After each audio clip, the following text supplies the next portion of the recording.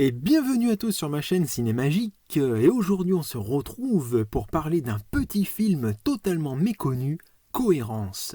Réalisé par James Ward Birkitt, tout aussi méconnu, bien qu'il ait eu quelques collaborations avec Gore Verbinski, Michael Bay ou encore Edgar Wright.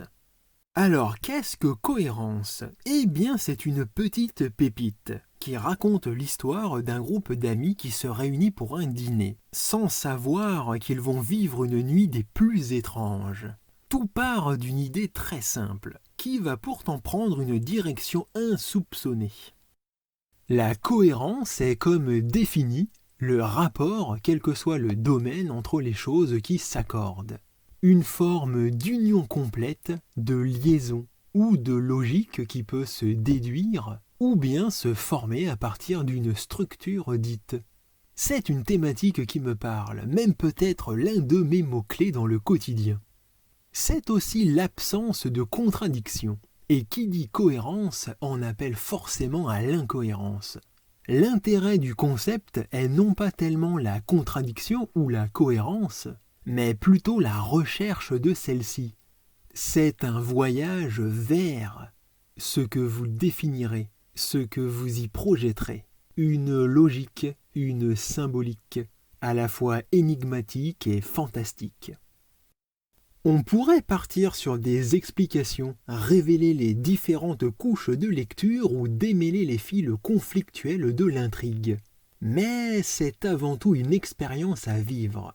Et moins l'on a d'informations, mieux ce sera. Et ça, c'est valide d'ailleurs pour tous les films.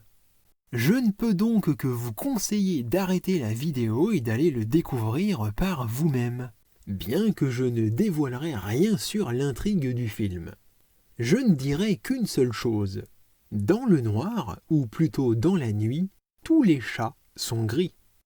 L'une des particularités du concept qu'il faut bien visualiser, c'est qu'il est quasi intégralement improvisé. C'est-à-dire que le film a été tourné sans aucun script, permettant une grande liberté de spontanéité tout en élargissant les points d'horizon. Un film que le réalisateur a tourné en seulement 5 jours, ou plutôt nuit, dans sa propre maison. C'est donc un film à petit budget que l'on pourrait presque qualifier de semi-amateur. Filmé en shaky cam avec des zooms et des zooms, des plans un peu hachés, un peu flous parfois, ainsi que pas mal de coupes en fond noir qui peuvent surprendre. Mais qui pour le coup sont très intéressantes, à la fois pour la mesure du temps, et à la fois pour définir une structure derrière le conflit, la folie apparente. C'est un peu un épisode de la 4e dimension, qui est d'ailleurs probablement la référence de base du réalisateur.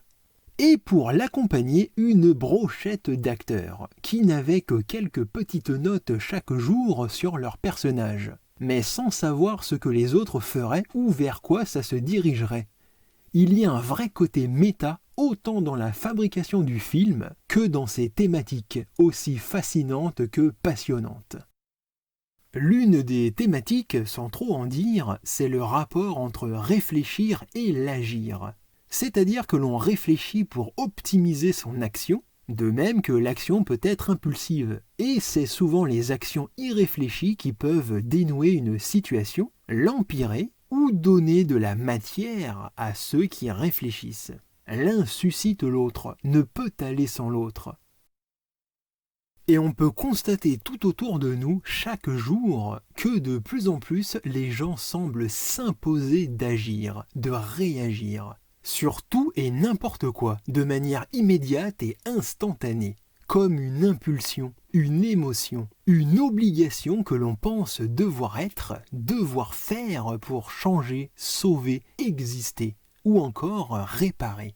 Alors je vous pose la question, pour ne pas dévoiler quoi que ce soit, mais d'après vous, quelle aurait pu être l'action ou réflexion faisant office de solution pour ce film ? En termes de casting, ils sont pratiquement tous issus de séries télé, comme par exemple Maurice Sterling, Emily Foxler ou Hugo Armstrong, qui lui a joué quelques films comme Lucky ou l'affaire Romanji avec Denzel Washington. L'on a aussi Lorraine Maher qui jouait Scarlett dans Pirates des Caraïbes, Alex Manoogian, collaborateur du scénario, et Lorraine Scafaria, à la fois scénariste et réalisatrice. C'est elle qui par exemple a fait le biopic Queens sorti l'an passé. Mais peut-être que l'un des visages les plus reconnaissables sera celui de Nicolas Brandon, connu pour son rôle d'Alexander Harris, Xander dans Buffy contre les vampires. À noter qu'il a un frère jumeau, Kelly Donovan, qui est apparu dans l'un de ses épisodes, qui avait pour titre Le Double. Et nous avons aussi le visage d'Elizabeth Grayson, qui pour moi restera toujours Amanda, personnage récurrent dans la série Highlander, et son spin-off L'Immortel. Ce qui est excellent, c'est que tous ces personnages sont plus ou moins abordés d'un jeu égal, c'est-à-dire qu'il n'y a pas de personnage central ou principal. J'aime beaucoup ce procédé de suivre un groupe, sans savoir qui est le héros, et que les choses se dessinent à mesure que l'on avance. On n'a pas non plus affaire à des personnages banals et clichés, toujours préoccupés par les mêmes choses. C'est quand même plus intéressant que ça.